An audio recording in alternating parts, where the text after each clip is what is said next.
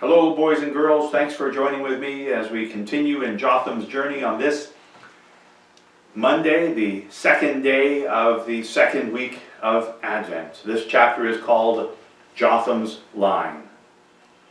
Nathan motioned for Jotham to hold very still. He was crouched by the entrance to the cave, a large rock in his hand. Jotham could hear voices outside, and they were much nearer than they had been the day before. "I'd kill Decca myself," a voice said right outside the cave, "if I thought I could get a shekel for his bones." The other voices mocked the speaker and called him a liar. Finally the voices drifted off, and for a long time Jotham heard no sound except his own breathing, which he did as little as possible. He drank the last of the water and was working on the last of the cheese when footsteps were heard approaching. They came straight toward the mouth of the cave, and Nathan raised his rock ready to strike. Would the library mice like to see the daylight? It was the rabbi, Jotham saw. He had stuck his fat bald head through the doorway, and Nathan had almost splattered him with a rock before he recognized the rabbi's red beard. "Welcome, Rabbi," Nathan said breathlessly, "and yes, we would very much like to see the daylight again. Come, Jotham." On the way down the hill, the rabbi explained that Decca and his men had left 2 hours before, convinced that the fool and the boy were nowhere near. Decca had commanded the rabbi to report any sighting of the two of them, and the rabbi assured him he would. "May Jehovah God forgive my lies," he said, shaking his head. "I'm sure he will," Nathan answered. The rabbi's assistant walked with them as well, and now he nudged the rabbi as if pushing him someplace that he didn't want to go. Nervously, the rabbi spoke. "Nathan, this idea of yours for keeping orphan boys at Qumran, it doesn't seem to be working out very well." Nathan gave the rabbi's assistant a scowl and then said to the rabbi, "There is only one among us who feels that way, Rabbi." "Yes, well, still it has always been our rule that there be no women or children at Qumran, and I believe that is best." "Best for who? Certainly not the boys." "Now, Nathan, you know that we established Qumran as a place where we can perfect ourselves for Jehovah God. It's a place of study, not a place where we care for Jehovah God's lost children." Nathan finished the sentence for the rabbi. "Oh, Nathan, don't be so dramatic. I'm sure God understands that we don't have the time or resources to love other people in His name." Nathan finished the sentence again. "Now that is enough, Nathan." But Nathan was angry. "Woe to the shepherds of Israel who only take care of themselves," he quoted from Scripture. The rabbi turned bright red. "Never mind," he said, finally stomping off. Nathan grinned at the rabbi's assistant, who only scowled and followed after the rabbi. Back in Qumran now, Nathan led Jotham to a long, low building. Here, Nathan explained, was where all the boys lived. They soon found Jotham some clothes that fit better than the tent Nathan's tunic had been. Finally, they had a meal of veal steaks and bread, and afterward Nathan took Jotham for a walk down by the salt sea. "Jotham, I would like to speak to you about your future," Nathan said as they walked. "You mean about the coming of Messiah?" Jotham asked, taking practice shots with his sling as they talked. Nathan laughed. No. I mean your very near future, such as tomorrow." Nathan turned serious again and continued. "You must know that you're welcome to stay here with us as long as you would like. You'll be given a job like the other boys, of course, but we will care for you and feed and clothe you like the other boys as well. And we will teach you the ways of Jehovah the Lord." Jotham thought about this for a long time as they walked. He had been gone from his family for more than a week now, and the way his family traveled, they might be anywhere in Palestine by now. But still, he couldn't bear the thought of leaving them forever. "I thank you for your offer, Nathan, but I must continue my search for my family. They must be somewhere near here. I will never find them if I don't look, because they don't know how to look for me, nor would they look here in Qumran." Jotham hated having people tell him what to do, but he was beginning to understand that sometimes he had to submit to those who were older than he. So he added, with your permission, I will leave Qumran tomorrow to try to find my family. Nathan frowned. I understand your feelings, Jotham, but I cannot allow one so young to wander alone through the wilderness of Judea, nor can I leave my duties here in Qumran to accompany you. Jotham's hope vanished in an instant, and his heart began to ache once more. But Nathan continued, therefore I will take you tomorrow to Jericho, to my friend Silas. He will help you find a safe caravan with which to travel. Jotham's heart now burst with joy. He jumped up and down excitedly. Oh, thank you, Nathan, thank you. I will give you half of my father's sheep when I find him. Nathan laughed. I think you would probably need to discuss that with your father, but you're welcome just the same. By now they had reached the edge of the salt sea. Jotham's nose stung with the salty smell, but it wasn't an unpleasant odor. Several of the boys from Qumran were swimming and yelled at Jotham to join them. Jotham gave Nathan a questioning look, and Nathan smiled and nodded his head, so Jotham stripped off his clothes and ran into the water.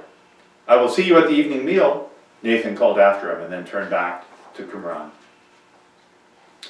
Jotham shuddered as the cold water closed around him. He swam out to the other boys and introduced himself. One of the other boys said, I am Otham of Galilee. I am Boaz of Ramah, said another. They all introduced themselves, but it was the last one that Jotham remembered. I am Bartholomew of Talmai, he said. Jotham thought he looked like the kind of person who could be a good friend. The boys splashed and played together, and Jotham thought how strange the water felt.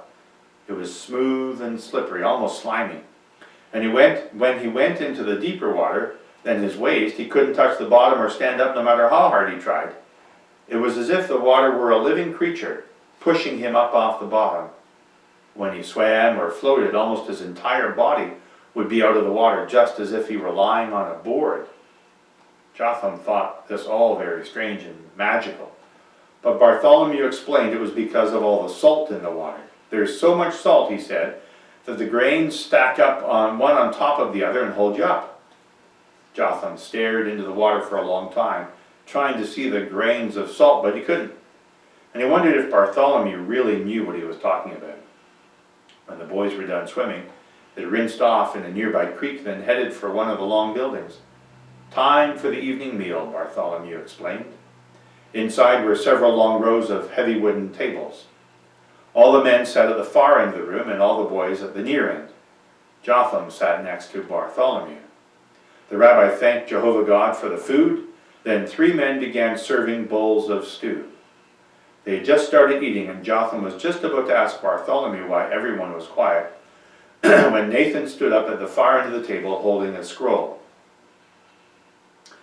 He said, It is written in the first book of the Torah by our holy father Moses, the scepter will not depart from Judah, nor the ruler's staff from between his feet until he comes to whom it belongs, and the obedience of the nations is his. All the men and the boys said at once, Selah. Then Nathan continued, These are the words of our holy father Jacob, spoken to his son Judah. It is clear that Jehovah the Lord is telling us that the Messiah shall come from the line of Judah. What line are you from? Bartholomew whispered to Jotham. Huh? I said, what line are you from? Jotham shrugged his shoulders. I don't think I'm from any line. At this, Bartholomew let out a loud laugh. You have to be from some family line, he said. At Bartholomew's laugh, Nathan stopped talking and everyone else stopped eating. They all turned and looked at the 2 boys. Jotham felt himself blush and wanted to climb under the table. Forgive me, Nathan, Bartholomew started. I was just trying to make our new friend feel welcome. Nathan gave them both a stern look, and the rabbi said he would see Bartholomew in private after the meal, and then Nathan continued. So we see through the Holy Scriptures that the Messiah shall descend from the line of Judah. Everyone said, Selah, again. And the rabbi added, but not in our lifetime, eh, Nathan? Nathan smiled. I shall concede, Rabbi, that this particular passage does not tell us when the Messiah shall reveal himself. Everyone laughed at this, relieved that Nathan had avoided yet another argument about the coming of the Messiah. After the meal, Jotham caught up with Nathan outside the dining hall. "Where shall I sleep tonight?" he asked. "Well, you may go back up to the cave if you wish," Nathan said with a smile, "or you may sleep in the dormitory with Bartholomew." Jotham grinned. "I would like that very much." Then he turned serious again and asked, "Nathan, what line am I from?" Nathan frowned and stroked his chin. "Well, let me see. You said your father is from..." Nathan thought for a moment, making gestures in the air with his finger, and finally said, "I believe, Jotham, if I know your father's lineage correctly, that you would be of the line of Judah." Jotham's eyes grew big. "The same as the Messiah?" he gasped. "Yes, indeed." "Thank you, Nathan," he whispered, barely able to get the words out. He walked to the dormitory just as Bartholomew arrived. He could see that Bartholomew had been crying. He was rubbing his bottom. "The rabbi wanted to make sure I remembered not to talk during teachings," he said, pouting. Bartholomew helped Jotham fix a bed next to his, and soon it was dark and all the boys were asleep. All that is, except for Jotham. He lay there staring out the window at the strange star he'd been watching since his first night with Eliakim. "Mother," he whispered to the star, "I'm related to the Messiah." The Bible tells us both the one who makes men holy and those who are made holy are of the same family, so Jesus is not ashamed to call them his brothers. This means that we who hold Jesus as our Savior are brothers and sisters to Jesus. We are now the same family, just as if we had the same last name. Jotham is amazed that he might be related to the Messiah. Perhaps we should also be amazed that our perfect and holy God has chosen to adopt us into his family. So as you wait for Christmas Day, remember that what you're waiting for is the birthday of your brother, Jesus.